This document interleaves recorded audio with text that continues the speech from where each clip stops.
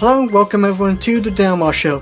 Thank you guys for joining me for this episode. Today we're going to talk about The Legend of Zelda, which I haven't done in quite a long while, mostly since due to the fact I don't play Zelda a whole lot.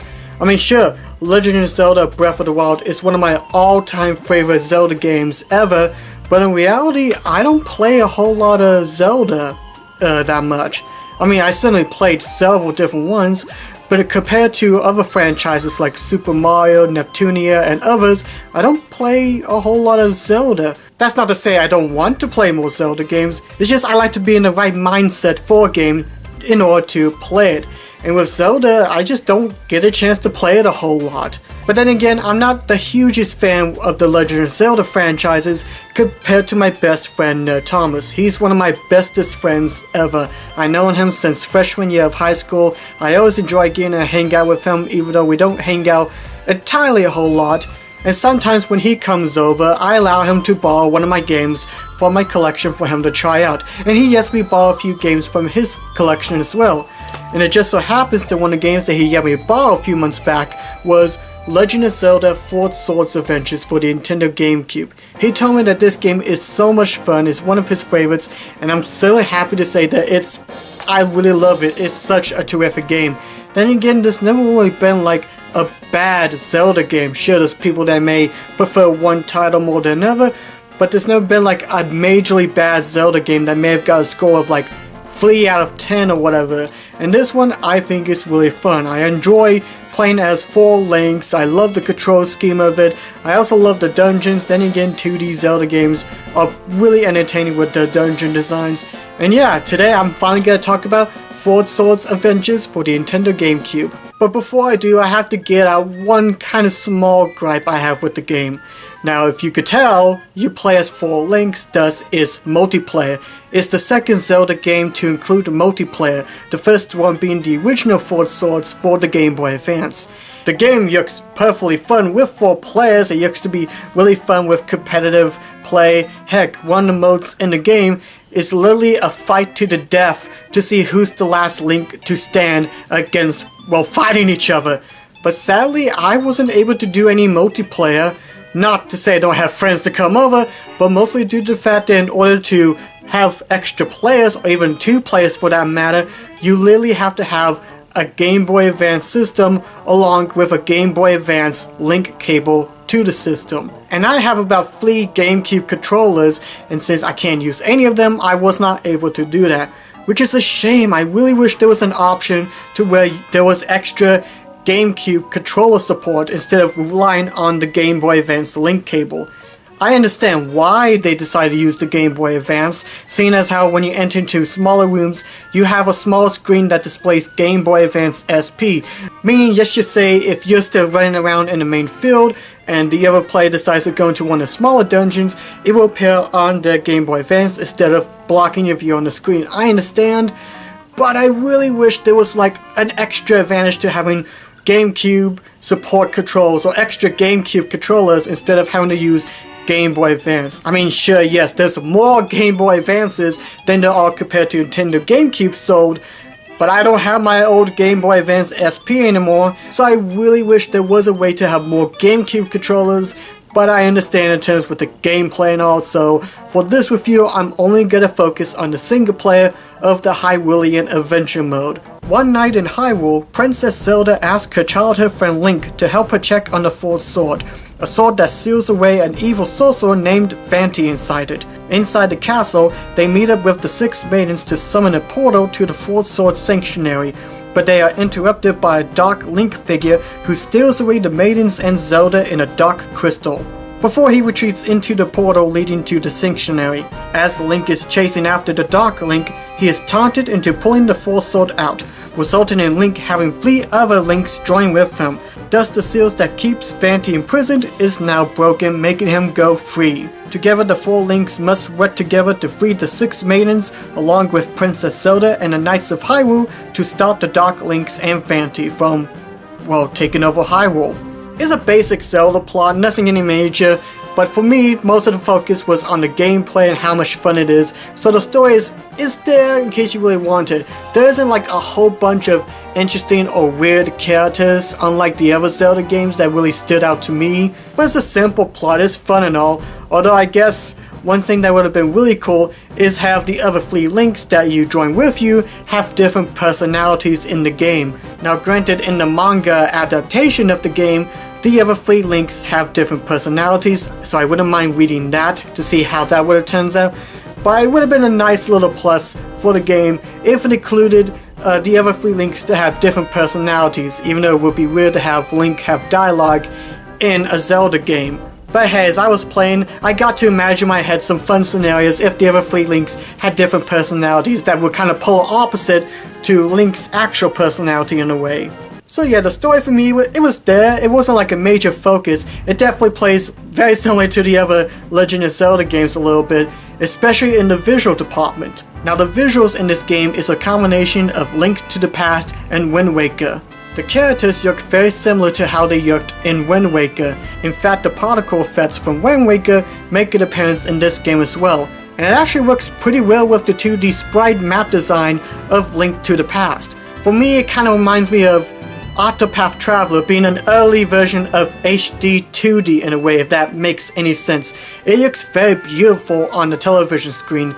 In fact, this is actually the first 2D Zelda game on a home console since A Link to the Past.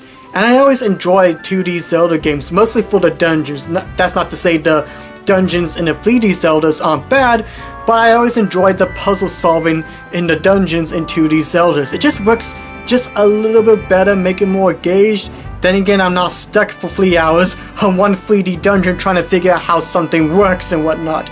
Again, the game just has that HD 2D vibe, or at least to me an early HD 2D vibe, like Octopath Traveler. I guess I should talk a little bit about the music as well. It's nothing anything major, it's good music, but most of it is themes that are inspired from A Link to the Past. And it plays nice. There's some original compositions in the game as well, but most of the time the music is loosely based off that of A Link to the Past, which is nothing wrong as the Link to the Past music is always good.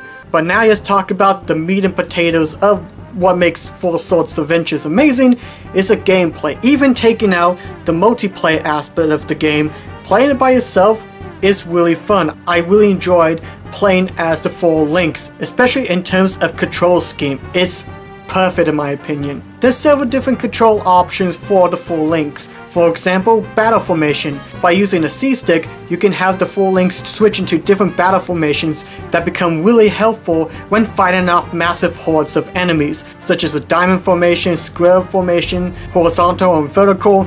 It works perfectly well, and it's always fun to switch with the C-stick into a quick battle formation to help take out enemies or mow grass a lot quicker.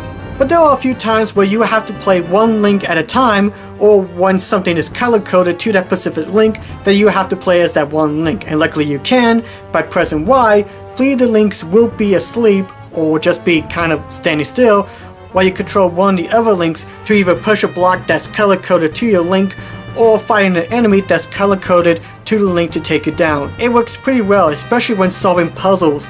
In fact, once again, I love the dungeons in 2D Zelda. That's not to say I don't like the 3D puzzles whatsoever, but for some reason I just enjoy having fun with the dungeons in 2D Zeldas. They're not overly complicated. I mean, sure, there are a few times where I get stuck and then I find that aha moment to advance through the dungeon, but it's always fun with these 2D dungeons trying to figure out what to do next and how to solve it out. And while this game does play similar to A Link to the Past, there's a few differences that makes it stand out compared to the other Zeldas, especially the other 2D Zelda games. For one, this game has levels. In this game you go to 8 different locations in Hyrule, and in each location there are 3 levels. And within each level, you have to go from point A to point B of the level by solving out puzzles, taking out enemies, and just exploring around to find different stuff. It makes it feel kind of linear a little bit, but it's something that I kind of enjoyed a little bit. It's something different. It's not like a huge open world you can explore, which I know is the point of Zelda, but at the same time, it makes it feel different and makes it stand out when you talk about how gameplay goes for Zelda games. And since within each level you just go from point A to point B, there's also a few other changes as well, such as items. Usually in most Zelda games there's a lot of items that makes them unique, but in this one there's not really a whole lot of different items. You get some of the basic items such as bombs, Pegasus boots, bows and arrows, and boomerangs, and sure, you can upgrade them to level 2 when you find the Great Fairy, but there's not like any specific special items that makes it stand out compared to other Zelda games that have some cool items or a vast majority of items within them. Not to mention, you can only carry one item at a time. If you enter to one room and you need to get a boomerang, you have to go back and pick the boomerang up. And yeah, that does kind of suck that you have to switch weapons, but luckily throughout the entire game, items appear just when you do need that specific item. And then there's heart containers. Within each level you start out as 4, and you do find more heart containers as you go into finding secret areas within each level. However, once you complete that level and go into the next area, you're back to having 4 heart containers instead of carrying 5 or so on. This may sound like a cop-out, but luckily the levels aren't that difficult. In fact, it's not really the hardest Zelda game, especially when you beat a level, you get great fairies, and you can max out a lot of fairies. And then there's one more element that makes this game a little bit different: Force Gems. Not rupees, but Force Gems. This is mostly used for like multiplayer aspect for competition mode. Once you reach to the end of the level, all the players will be graded to see who collected the most Force Gems. But it does have a role in single player as well. You have to collect about 2,000 Force Gems to empower the Force Sword and make it look all shiny, glowy, and shoot lasers out. Now usually Force Gems aren't that hard to really collect. Heck, one level I was able to get close to 5,200 once I completed a level, so you'll be able to find them easily. But if somehow you don't have enough Force Gems once you reach to the end of the level and you reach to the dark barriers or the boss room, you'll have to go back to the beginning of the stage to collect more to get up to 2,000. This sounds awful, but luckily once you do get up to 2,000, you are transported back to the dark barrier, not having to go through the entire stage over again. That right there really helps. If I was to having to go through the entire level again, having to do all the nuances to unlock this door and that and all, it would get annoying, but luckily the game is smart enough to say, oh, you gotta get 200 more Force Gems. Go ahead. Oh, you got them. Okay, we'll just put you back over here then. You're good. Go ahead. Good. You're out of timeout now. So overall, I really enjoyed Force Swords. There's not really a whole lot I really have to complain about it. Even though I wished it would have been nice to have, in the game at least, I know the manga adaptation does it, but in the game we would have got some different personalities out of the other 3 Links. You can have the green Link be silent and have the other 3 have fun personalities, at least in single player mode.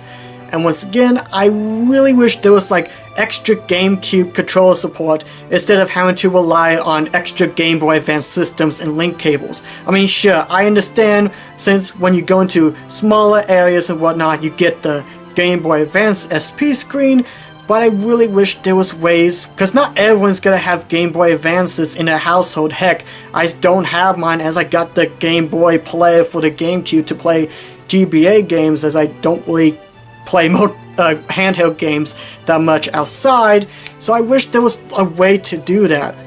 In fact, to be fair, I think this could be potentially a good way to add to the Nintendo Switch. I mean, think about it. Since you have 2 controllers already with the Joy-Cons, it would be a perfect opportunity to remake Force Swords, or at least make a brand new installment of Force Sword Adventures for the Nintendo Switch. I think that would be really spot on, especially since everyone has 2 controllers within each Nintendo Switch system with the Joy-Cons. That would be a perfect opportunity, I think, to bring this idea back for current consoles with the Nintendo Switch, so I would love to see that happen. And while the music is good, but it's not like a whole lot of new compositions that really makes it stand out, I think this is a fantastic game. I always enjoy 2D Zelda games for the dungeons, and I love the control scheme of switching between links and the battle formations. It's such a fun game. I'm really happy that Tommy let me borrow this game. I love it. And that's all the time we have for today, folks. So if you'd like to leave your thoughts on today's game, just comment below. And if you want to get Force Sword Adventures, you can easily get it. It is a little bit higher price. I think it's like close to the $30 range, I think, for both the case and disc. But still, if you somehow can get the game, it's really worth it to add to your GameCube library. Just remember, if you want to do multiplayer, you'll have to get link cables for the Game Boy Advance as well as Game Boy Advance systems if you do not have them.